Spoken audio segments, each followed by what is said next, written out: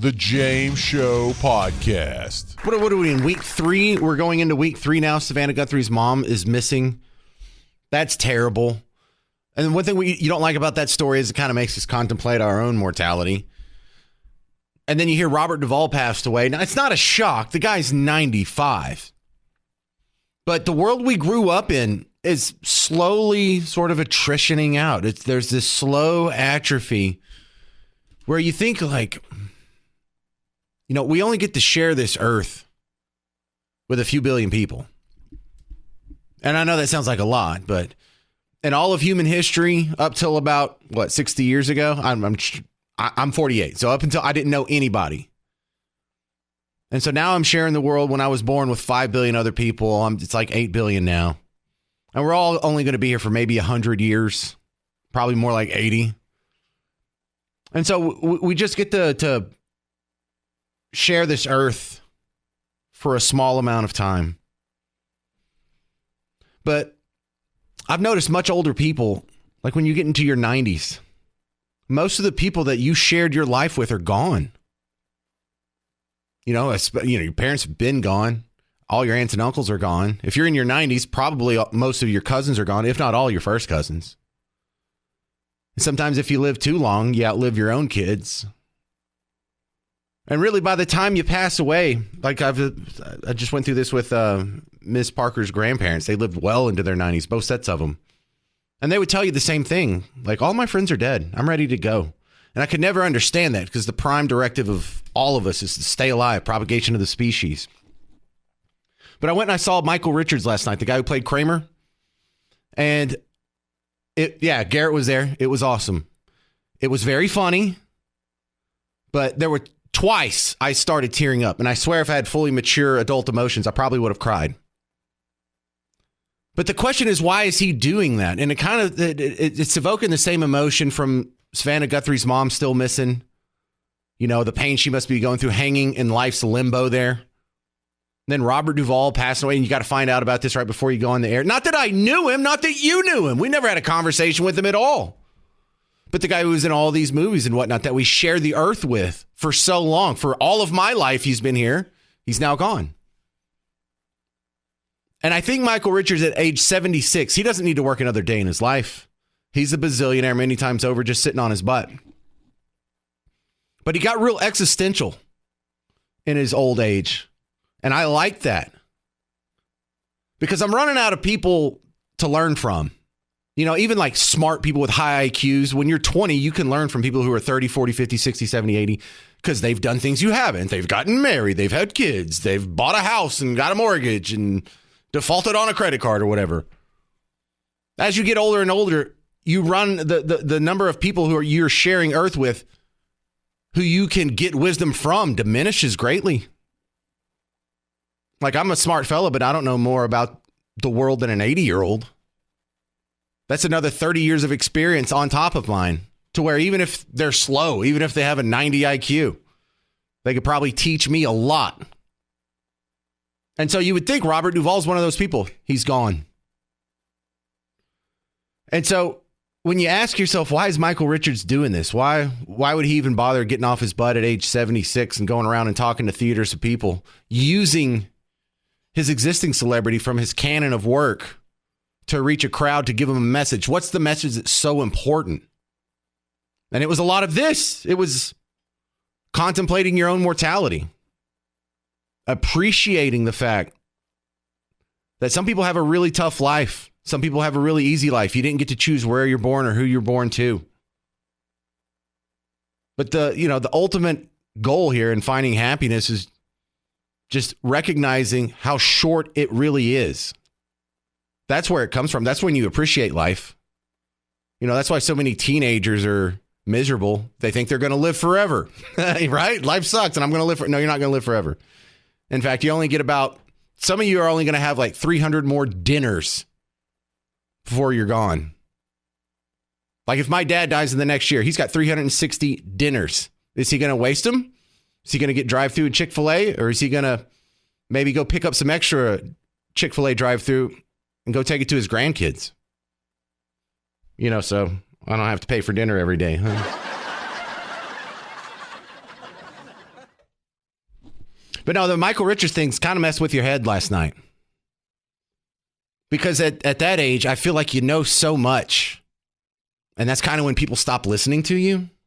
And what good is that? So old people, share your wisdom with me. You don't have to call in because I don't want to hear no 12-minute story. We don't have time for that. But send me an email or a Facebook message or what do I need to know?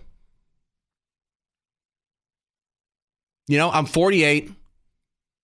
I've got kids. But I've got all this contemplating my own mortality thing hanging over your head. I know I don't have a whole lot of time left. I'm more than halfway done. What do we need to know? Share it with us, and I'll go through these. It probably won't be able to happen today, but maybe on a Friday or something. I'll combine a couple of these, and I'll share some of that wisdom with you. But send me an email, james@wbap.com. Most people send me Facebook messages. That's cool too. Just however you get it to me. Just what do I need to know? Like if Robert Duvall knew that he was going to die today, wouldn't he have got on the phone and told a whole bunch of people some stuff yesterday? Wouldn't he have called into radio shows and TV shows? You're smart. I love, that was the really cool thing about the last year of Scott Adams, the guy who created Dilbert. He got a terminal cancer diagnosis and he'd already been an online influencer, but he got real existential. When he knew his days were numbered, he changed. And the stuff he was saying, it was still being funny and still being Scott Adams. It was very profound. And I think you get like this moment of clarity when you know that you're about to get off of this merry-go-round. And you see things that we don't. And I would like to know what they are. Send me an email. If you can make it short, call in, but I doubt it. James@wbap.com. Coming up next, we're going to talk with Sergeant Betsy Brantner-Smith. The latest on the Savannah Guthrie mom kidnapping case, and it just keeps looking worse and worse. I'm James Parker, News Talk 820, 93.3 FM, WBAP. This is WFAA Summary. Now to the latest in the search for Nancy Guthrie. Her daughter, Today Show host Savannah Guthrie, issued another emotional plea asking for her mother's safe return. And I wanted to say to whoever has her or knows where she is that it's never too late. And you're not lost or alone. And it is never too late to do the right thing. Nancy Guthrie taken from her Tucson, Arizona home 15 days ago. Investigators say they're waiting for DNA results on a glove found near the scene, similar to one seen on a man recorded on this doorbell surveillance video from Nancy Guthrie's home. OTIS is our database, and that's the one that all the states contribute to. And if you're arrested, your DNA is in the database. However, there are other methods, and that one of them can be forensic genetic genealogy. Unfortunately, that takes a while to be able to use that. Investigators say their focus is no longer on the family or two different men detained last week. All right, that's the update. My guest, Betsy Brantner-Smith from the National Police Organization. Now, Betsy, so are they not looking at the son-in-law anymore? Savannah Guthrie's brother-in-law? First of all, I'm from the National Police Association. The National Police Organization is a totally different organization. But I was down at the Sheriff's Department for most of last week. I was in the desert with Fox News yesterday. We really don't have much more than we had a few days ago, except for this little piece of DNA that we don't even know is related in any way to the Guthrie case. Again, the sheriff has said that he's not necessarily looking at the son-in-law, but he's still not ruling out anybody. And when you have a case like this, the people closest to the victim and the people who benefit the most from the demise of the victim are the people you look at first. But they have no named person of interest, no named suspects. And, we're just, I've never seen a case like this. Let me say that. Right. Well, the other new piece of the story that we have since we last talked last week was the video that Savannah Guthrie put out on Instagram yesterday. I'm not a body language expert, but she just looked totally defeated. You can't help but just have your heart break when you watch that. Well, it is so sad. I mean, here she had, I just said this today to my husband, she had the most amazing life there in Manhattan and all of that. And now it's kind of been reduced to this horrific waiting game that no one should have to deal with. But I thought it was very telling that the last two interviews that Samantha, or not interviews, last two videos that Samantha's put out were by herself. And I find that a little bit telling. And explain. But again, that she's not roping in the siblings anymore. Correct. Well, I think the brother has, he's kind of gone back to. He's not a guy that wants the spotlight. He seems like a pretty no nonsense kind of guy. But her and her sister Annie are not in these videos together, and I do find that very telling. But again, you have to feel so bad for this whole family, and this media circus here in Pima County, Arizona is extraordinary, and this area isn't used to it. And our cops are working so hard, and this is so difficult on them because they're being called Keystone Cops and things like that in the media when they're working hard. They're talented police officers. It's just that their leadership is sorely lacking. We're talking with Sergeant Betsy Brantner-Smith, National Police Association, and she's actually on the ground.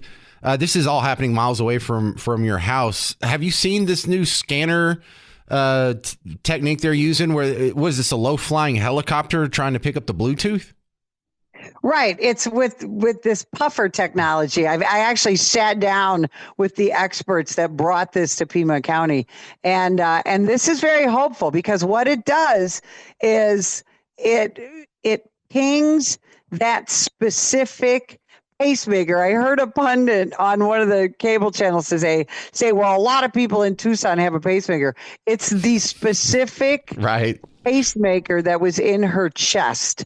So those pacemakers will ping for this sniffer long after, whether she's buried underground, whether she is deceased, whatever it is. So that's very hopeful. Understand, we're, about 80 miles from Mexico. So, they're going to be working from the house on out. And then I think you're going to see that technology head south. Kidnapping is not a big thing here in the United States. It's a big thing in Mexico. Well, Betsy, helicopter seems kind of an overkill. If you have one of these scanners, couldn't you put it on an unmanned drone and save a bunch of money? You're trying to cover as much ground as you can. Mm-hmm. And you have a human that is it's hard. It almost looks like a video game. So you have a human that is operating the controls to that. So that's why you need the helicopter. I might have to look into that. Well, thanks for sharing the new tech with us. And that is funny. If you're looking for a pacemaker in Arizona, it probably lights up the map like a Christmas tree. But not that particular pacemaker. Every pacemaker has unique identifiers, kind of like a motor vehicle, a VIN number. And so, but again, people here are, the elderly population here, they're worried, they're concerned, they're wondering, is this masked guy, going to come up to their front door next? And law enforcement's frustrated, but they're working hard. I am not the person with law enforcement experience, but my hope that she's going to be found alive is almost down to zero. Yeah, I would have to say that as well. I think the family knows that too.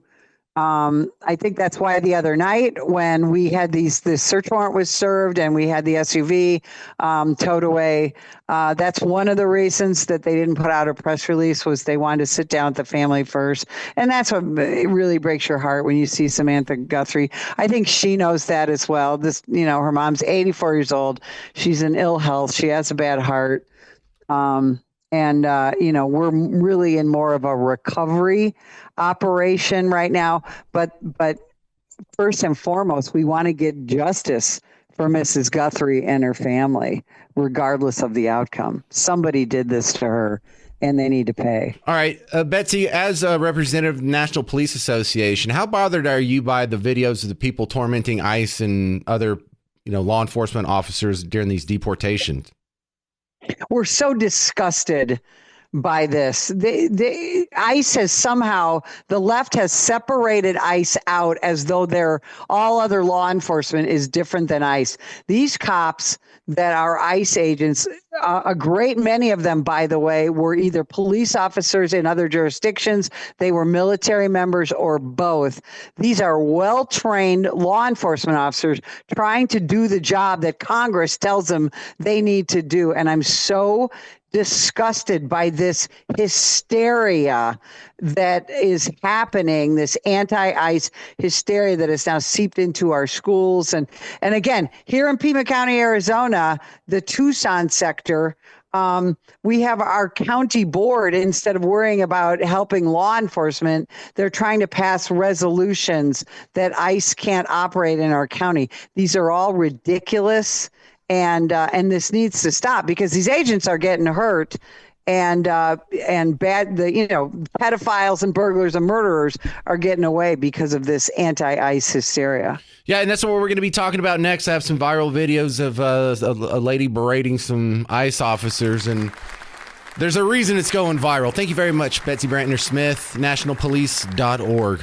Let me readjust what I was doing here. So we have new info on the Guthrie situation. A fourth email has been sent to the FBI, and we now think she's in Mexico. I did see that. You got a sec? Could I talk? Can you patch in Kim real quick? So, yeah, I saw that on my Fox News screen that the police have cleared all the family members, and it said family members, siblings, and spouses. Do I have that correct? Yep, that's everybody. Okay, so brother-in-law Tommaso, his name has been cleared? He's been cleared, and I thought to myself, that's interesting, and then I thought, I wonder if that's a maneuver, i.e. you clear everybody and then somebody messes up, and this whole case has been... I've never seen anything like it. That's kind of what I was thinking. You too? Well, then again, knows. Is she really in Mexico? Because if she really is in Mexico, doesn't that clear him? Or did he work with the cartel? Or did he hire someone from... Nothing clears anybody until they find that woman, one way or another. And then there will be evidence there that they can process, and we'll see what happens. Kimberly James, what is your answer for TMZ being the conduit for all of this? He's in the business of sensationalism, so he's not a journalist in my view. But there's a lot of people in the business who are not journalists. So sure, he's getting the notes, apparently. He's relaying things as he sees fit, apparently, and that is reporting. I don't know what to tell you other than that. So we're awaiting DNA results. We have the scanning helicopter still up there. Do you think she's really in Mexico?